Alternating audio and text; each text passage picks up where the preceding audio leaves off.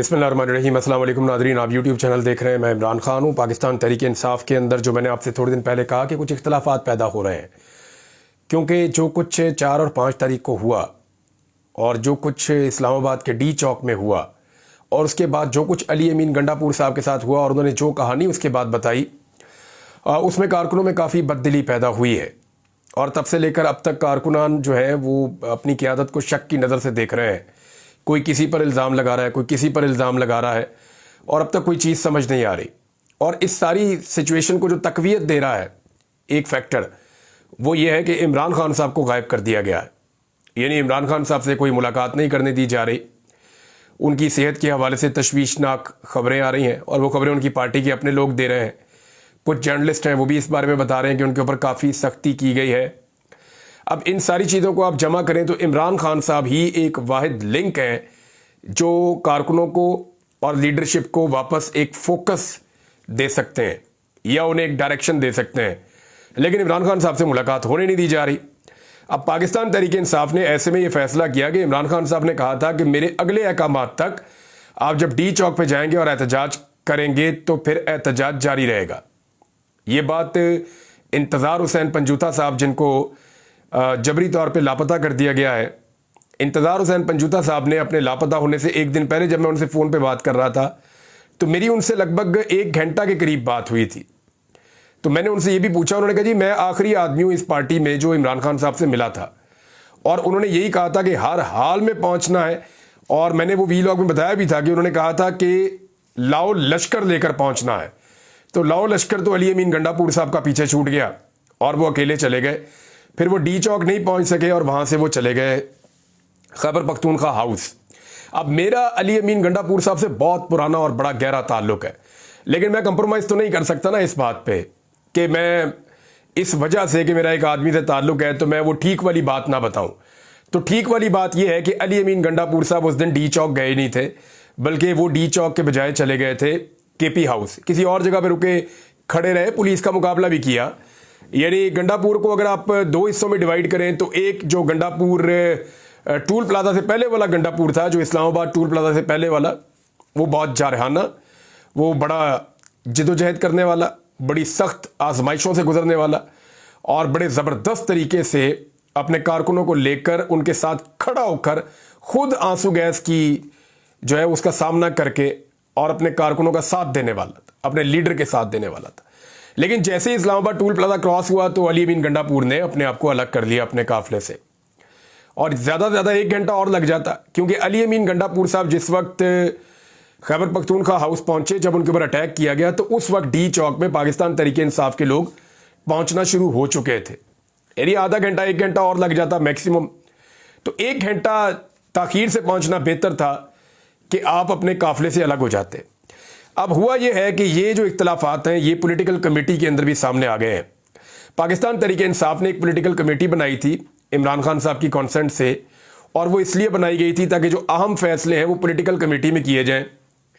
अब political committee में कुछ ऐसे लोग हैं जो इमरान खान साहब के बहुत तगड़े किस्म के फॉलोअर्स हैं और वो किसी किस्म का कंप्रोमाइज़ नहीं करते और वो ये कहते हैं कि जनाब जो कारकुनों का मौक़िफ़ है, जो इमरान खान का मौक़िफ़ है, वो उन लोगों का भी मौक़िफ़ है। जैसे सलमान अकरम राजा साहब हो गए, जैसे कासिम सूरी हो गए, जैसे शहबाज गिल हो गए, जैसे और बहुत सारे लोग हैं। यानी बहुत सारे ऐसे हैं जो कौमी असम्बली के मेंबर भी हैं, बहुत सारे ऐसे हैं जिनको हराया भी गया है।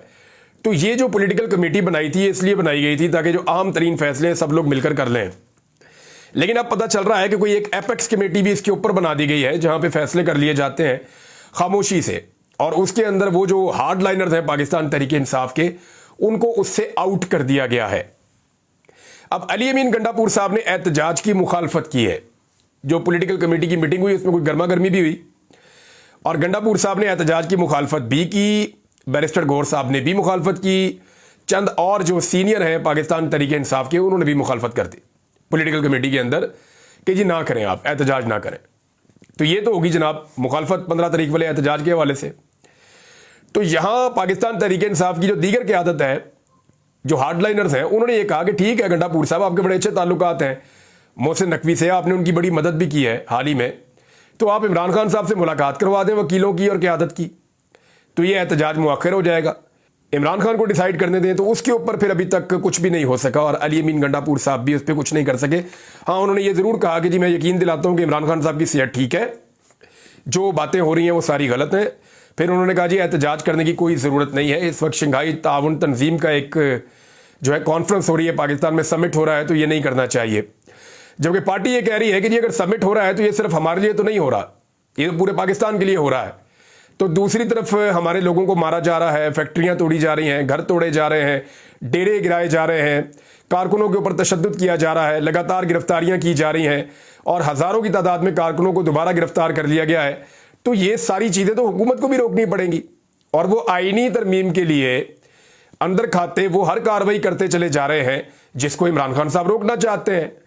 तो हमारी तो सियासत दफन हो जाएगी, पाकिस्तान में इंसानी हकूक खत्म हो जाएंगे अगर ये आइन को ही तब्दील कर देते हैं। तो इस पे जनाब ये दोनों तरफ का मौक़िफ़ है, दोनों तरफ का मौक़िफ़ मैंने आपको बता दिया है। अब एक और इसमें बड़ी इंपॉर्टेंट खबर है, वो ये है कि इमरान खान साहब ने कहा था कि ये जो जाली असेंबली है ये किसी किस्म की तरमीम या कानून साजी करने की अहल नहीं है। देखें, पहले दिन से ये जितने भी पार्लियामेंटेरियंस हैं, हुकूमत के अंदर जितने भी वज़रा हैं या वज़ीर आज़म है, ये सारे इस बात पर जोर दे रहे हैं कि किसी तरह इमरान खान से ठप्पा लगवा लें कि हमारी हुकूमत जायज़ है, ठप्पा लगवा लें, हमारी हुकूमत के साथ बैठ जाएं और बात कर लें। तो इमरान खान साहब ने कहा कि असेंबली को तो हम ज़रूर ज्वाइन करेंगे लेकिन अपना मैंडेट हम वापस लेंगे और ये हुकूमत जाली मैंडेट वाली है, लिहाजा इसको किसी किस्म की आईनी तरमीम का हक नहीं है। फजल रहमान साहब ने तो यहां तक कहा कि ये असेंबली ही जाली है, तो इसको कोई आईनी तरमीम करने का कानूनी जवाज मौजूद या इखलाकी जवाज इनके पास मौजूद नहीं है। लेकिन अब एक और डेवलपमेंट है, वो भी आपको बताया। तो पाकिस्तान तहरीक इंसाफ की जो क़यादत है वो जनाब, एक तो उन्होंने मुसव्वदा आईनी तरमीम का पेश कर दिया अपनी कमेटी के अंदर। यानी अंदाजा करें आप कि आइन का मुसव्वदा जो हुकूमत ने शोशा छोड़ा था वो पाकिस्तान तहरीक इंसाफ लाकर अपनी कमेटी में पेश कर रही है। हालांकि शुरू में ये कह रहे थे ये टाइम गेनिंग टैक्टिस है, हम हुकूमत के साथ टाइम एंगेज करके 25 अक्टूबर गुजारना चाहते हैं, इसलिए हम उनको एंगेज कर रहे हैं। लेकिन अब वो इतने संजीदा हो गए हैं कि आईनी तरमीम का मुसव्वदा लाके अपनी कमेटी में भी पेश कर रहे हैं। यानी पाकिस्तान तहरीक इंसाफ की क़यादत ने यह सोच लिया है कि इस हुकूमत को वो ठप्पा देना है आईनी तरमीम करवाकर, जो ठप्पा इमरान खान साहब इस हुकूमत को नहीं दे रहे कि ये जाली हुकूमत है। और ना सिर्फ ये किया गया बल्कि एक और काम भी किया गया, और वो काम ये किया गया कि जो हुकूमत ने एक कमेटी बुलाई जिसके अंदर मुख्तलिफ पोलिटिकल पार्टीज ने बैठ कर आईनी तरमीम के हवाले से गुफ्तगू की, उसमें भी पाकिस्तान तहरीक इंसाफ ने शिरकत की है।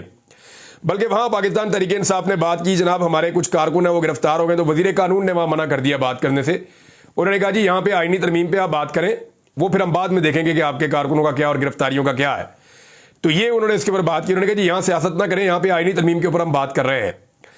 बहरहाल फजल रहमान साहब ने अपनी सियासत करनी है और वो कभी इसको 40 असेंबली करते हैं, कभी वो कहते हैं जी ठीक है आईनी तरमीम के ऊपर कोई कंसेंसस पैदा कर लेते हैं।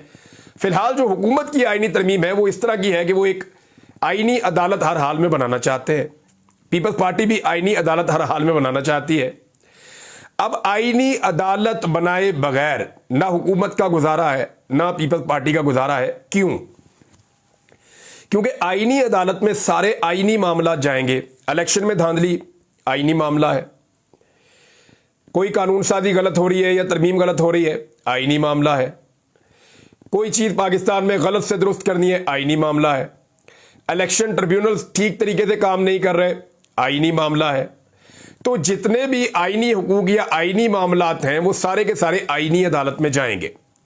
अगर वो रेगुलर अदालत में आएंगे तो फिर जस्टिस मंसूर अली शाह साहब अगर आईनी तरमीम के बगैर चीफ जस्टिस ऑफ पाकिस्तान बन जाते हैं तो वो तो इंसाफ देना शुरू कर देंगे। ये ऐसा लगता है, मुझे नहीं लगता क्योंकि मुझे अभी अदलिया से इतनी उम्मीदें नहीं हुई, लेकिन ये लगता है मौजूदा हुकूमत को कि मंसूर अली शाह साहब जो हैं वो इंसाफ देना शुरू कर देंगे और हमारी ऐसी तैसी फिर जाएगी, हमारी हुकूमत चली जाएगी।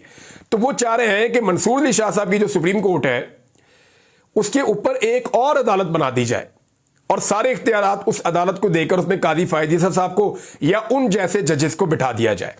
यह है जनाब हुकूमत की आईनी तरमीम का मुसव्वदा।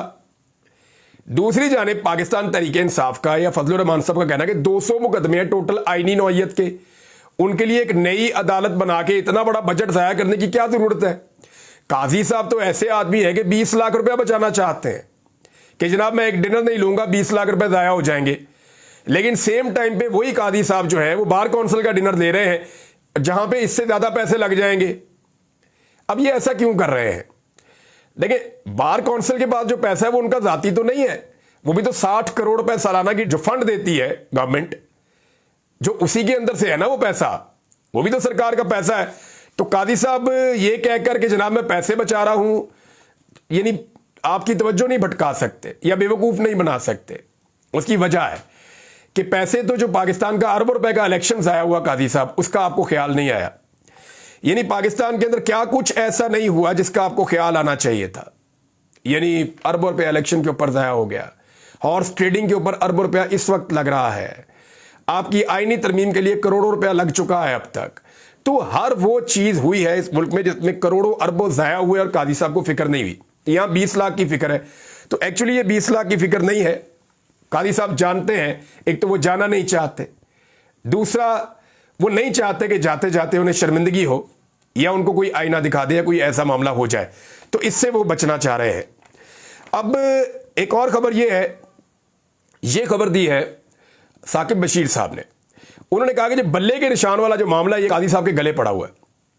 अब इसके ऊपर जो है वो पाकिस्तान तहरीक इंसाफ ने लंबे अरसे से, यानी ये 13 जनवरी को फैसला आया था, तो जनवरी से लेकर अब तक पाकिस्तान तहरीक इंसाफ ने इसके ऊपर नजरसानी दायर कर रखी है। तो इलेक्शन से पहले भी नहीं सुनी, बाद में भी नहीं सुनी, अब तक नहीं सुनी। इस फैसले ने पूरे पाकिस्तान के जो पार्लिमानी स्ट्रक्चर को तबाह करके रख दिया, किसी ने नहीं सुनी। लेकिन कादी साहब जाते जाते इसको सुनना चाहते हैं ताकि कादी साहब जब रिटायर हों तो कोई और बेंच इस नजरसानी अपील को ना सुन सके, क्योंकि अगर किसी और ने सुना तो इसको उड़ा दिया जाएगा। ये नजरसानी अपील जो है ये तबाह हो जाएगी और फिर होगा क्या? फिर होगा ये कि ये तारीख के अंदर कादी साहब के लिए एक स्याह फैसले के तौर पे हमेशा के लिए लिख दिया जाएगा। एक और चीज है, जो आईनी तरमीम के खिलाफ पिटीशन दायर की गई सुप्रीम कोर्ट ऑफ पाकिस्तान में, उसका मकसद क्या था? उसका मकसद यह है कि एक ऐसी आईनी तरमीम को रोका जाए जो अदलिया को खराब कर रही है, जो काजी फायज ईसा साहब को एक्सटेंशन दे सकती है। तो काजी फायज ईसा साहब का तो उसके अंदर आ गया एक कंफ्लिक्ट ऑफ इंटरेस्ट। यानी पाकिस्तान तहरीक इंसाफ ने बहुत दफा कहा कि हमारा मुकदमा जब भी आप सुने तो आप ये सोचकर सुने कि आपने इसको नहीं सुनना। उसकी वजह यह है कि आपका और हमारा कंफ्लिक्ट ऑफ इंटरेस्ट है, आप इमरान खान का और तहरीक इंसाफ का मुकदमा ना सुने। ये काजी फायज ईसा साहब को तहरीक इंसाफ ने बार बार कहा है। कादी साहब को माजी में जजेस भी कह चुके हैं कि आप अपने आप को इन केसेस से अलग रखें, ये फैसले के अंदर लिखा गया है। लेकिन कादी साहब फिर भी बजिद है कि मैंने ही फैसले सुनने हैं। और अब आईनी तरमीम का मामला जो बराह रास्त जाकर कादी साहब के साथ जुड़ता है, और हुकूमत के लोग बार बार कह चुके हैं कि हम कादी साहब को बनाना चाहते हैं, वहां पे कादी साहब आईनी तरमीम के ऊपर जो एक पिटीशन दायर की गई है उसको खुद सुनना चाहते हैं और बेंच भी बना दिया कादी साहब ने। अब जो बेंच बनाया है वो भी कादी साहब ने अपनी मर्जी का बेंच बना दिया और अपने पास ही लगवा लिया केस। यानी आईनी तरमीम के मामले पर अगर कोई एतराज है तो कादी साहब ने उस एतराज को दूर करने के लिए केस ही अपने पास लगवा लिया। आईनी तरमीम के लिए इस वक्त हो क्या रहा है जरा वो मैं आपको बताऊं तो आपको और ज्यादा हैरत हो जाएगी।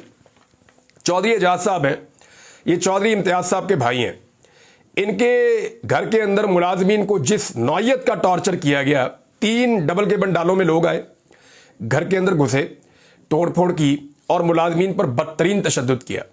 इसी तरह जो है वो मैंने आपको बताया था, मुबीन आरिफ जट के घर पे, डेरे पे, फैक्ट्री पे, हर जगह पे टॉर्चर किया गया, मुलाजमीन को गिरफ्तार कर लिया गया, फैक्ट्री बंद कर दी गई। जो फैक्ट्री कल सील की गई थी आज उसको मस्मार किया जा रहा है। आप अंदाजा कीजिए कि पाकिस्तान में एक आईनी तरमीम के वोट के लिए किस कदर जुल्म और बर्बरियत की जा रही है। मेरे ख्याल में पाकिस्तान तहरीक इंसाफ को यह अनाउंस करना चाहिए कि जिस जिसके साथ जो जो जुल्म हो रहा है, ये जुल्म करने वालों से वसूला जाएगा ये सारा पैसा, और ये सब कुछ रिकवर करके उनको दिया जाएगा, और जो लोग इस जुल्म के अंदर शामिल हैं उनसे ये पैसा रिकवर किया जाएगा, उनकी जायदादों को जब्त किया जाएगा, क्योंकि ये बिल्कुल कानून का गलत इस्तेमाल कर रहे हैं, जुल्म और ज्यादती कर रहे हैं, लोगों का कारोबार और उनके घर तक तबाह कर रहे हैं। तो जनाब ये एजाज चौधरी साहब के घर पे ये सारी एपिसोड हुई है जो मैंने आपको बताई। मुबीन आरिफ जट साहब के साथ भी इसी तरह के वाकयात हुए हैं, और बहुत सारे एमएनएज हैं लगातार, उनके ऊपर वड़ाइश साहब हैं उनके साथ ये हुआ, एक मलिक साहब है उनके साथ ये हुआ, वो बेशुमार एमएनएज हैं जिनके ऊपर अटैक हो रहा है। दूसरी जानिब हुकूमत ये इल्जाम लगा रही है कि पाकिस्तान तहरीक इंसाफ ने अपने ही सेनेटर्स और अपने ही एमएनएज अगवा कर लिए हैं।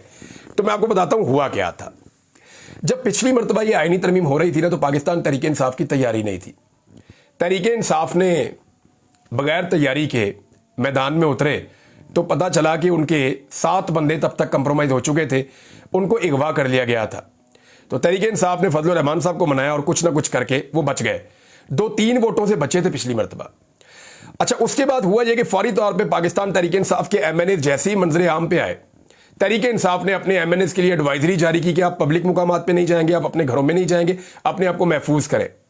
तो तहरीक इंसाफ के ज्यादातर एमएनएज अपने आप को कोई शुमाली इलाका जात में ले गया, कोई अपने आप को किसी गांव में ले गया, किसी ने पंजाब में किसी जगह पे छुपा लिया, कोई सिंध चला गया, कोई कहीं चला गया, कोई खैबर पख्तूनख्वा चला गया। तो इन एमएनएज ने अपने आप को महफूज कर लिया, इन एमएनएज ने अपने आप को बचा लिया ताकि इनसे दोबारा जोर जबरदस्ती ना की जा सके। कई एमएनएज ने अपनी फैमिलीज को भी गायब कर दिया। कुछ एमएनएज जो है वो पाकिस्तान से बाहर, जिनका दाव लगा वो पहले ही पाकिस्तान से बाहर जा चुके थे। तो इस सूरत हाल में अब हुकूमत के वोट पूरे नहीं हो रहे, यानी जो सेनेटर्स पहले काबू आए हुए थे वो भी इस वक्त काबू नहीं आ रहे और वो अपने आप को महफूज बना चुके हैं। तो हुकूमत अब पाकिस्तान तहरीक इंसाफ पे इल्जाम लगा रही है कि इन्होंने अपने, जनाब आपका क्या ताल्लुक है उससे, यानी एमएनए किसका, तहरीक इंसाफ का। गया किधर, अगर गया तो तहरीक इंसाफ के पास गया। आपका क्या मसला है? एक और मसला है जो इससे ज्यादा संजीदा है और वो बिलावल ने उसका तस्करा कर भी दिया। बिलावल ने यह बताया कि 5 बंदे ऐसे हैं जिनके हवाले से उन्हें खदशा है कि वो गायब हो जाएंगे। ये बिलावल ने कहा कि 5 बंदे हमारे ऐसे हैं जो गायब हो जाएंगे। ये हुकूमती इत्तेहाद की वो बात कर रहे हैं। एमकेएम का कोई बंदा गायब नहीं होगा। वो मैं आपको बता देता हूं, एमकेएम जो है उनकी एक भी सीट उन्होंने नहीं जीती हुई। वो सारे फॉर्म 47 पे आए हुए हैं और उन सबको पता है कि उनकी कितनी औकात है। वो जिस वक्त जरा सा इधर उधर होंगे तो वो जेलों में ही जाएंगे सीधे। उनके ऊपर मुकदमात भी बड़े खौफनाक हैं। तो एमकेएम तो पूरी तरह से कंप्रोमाइज्ड है। पीपल्स पार्टी और पीएमएलएन के लोगों ने राब्ता किया है पाकिस्तान तहरीक इंसाफ के लोगों से। उन्होंने कहा जी हम इस आईनी तरमीम का अगर हिस्सा ना बने और हम अपने आप को इससे बाहर रखें तो क्या हमारे सियासी मुस्तकबिल के लिए आप कोई गुंजाइश पैदा कर सकते हैं। यानी ये उनसे पूछा गया है। मेरी इतला के मुताबिक 3 लोगों ने तो पूछा है, बिलावल 5 कह रहे हैं, तो हो सकता है और भी हों, लेकिन 3 लोगों का मुझे पता है कि उनके राब्ते हुए पाकिस्तान तहरीक इंसाफ से। उन 3 लोगों से ये बातचीत हुई है कि जी ठीक है, अगर आप इस आइन पे हमले का हिस्सा नहीं बनना चाहते तो पाकिस्तान तहरीक इंसाफ जो है वो उसके ऊपर क्या रद्द-ए-अमल देगी। अभी ये फैसला तो उन्होंने नहीं किया, लेकिन मुझे ये पता है, इतना मैं जानता हूं कि बातचीत हुई है। जिन लोगों के बीच में हुई है वो भी जानता हूं, जिस बंदे के बीच में बातचीत हुई है वो भी जानता हूं। इस वक्त बताना मुनासिब नहीं है, लेकिन ये मैं आपको बताता हूं कि बातचीत हुई है। जवाब क्या गया तहरीक इंसाफ का और उधर से क्या फाइनल हुआ ये मुझे अभी तक नहीं पता। ये बातचीत कितनी संजीदा है ये मुझे अभी तक नहीं पता, लेकिन बिलावल ने जो खदशे का इजहार किया है इसको आप हवा में नहीं फेंक सकते। बिलावल ने एक और बहुत अजीब बात की। बिलावल ने कहा जी कायद-ए-आज़म मोहम्मद अली जिन्ना का ख्वाब था आईनी अदालत बनाना। तो भाई अगर बिलावल साहब कायद-ए-आज़म मोहम्मद अली जिन्ना का ख्वाब था आईनी अदालत बनाना, तो आपके नाना ने क्यों नहीं बनाई 1973 के आइन को बनाते हुए? तब बना देनी थी, कायद-ए-आज़म का ख्वाब पूरा कर देना था।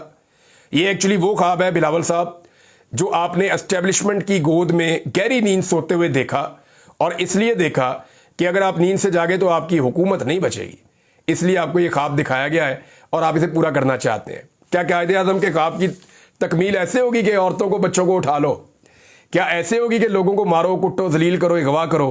क्या ऐसे होगी कि 1-1 अरब रुपए का 1-1 वोट खरीदो? कायद-ए-आज़म ने यह सिखाया था। अब तक इतने अपना ख्याल रखिएगा, अपने इस चैनल का भी। अल्लाह हाफ़िज़।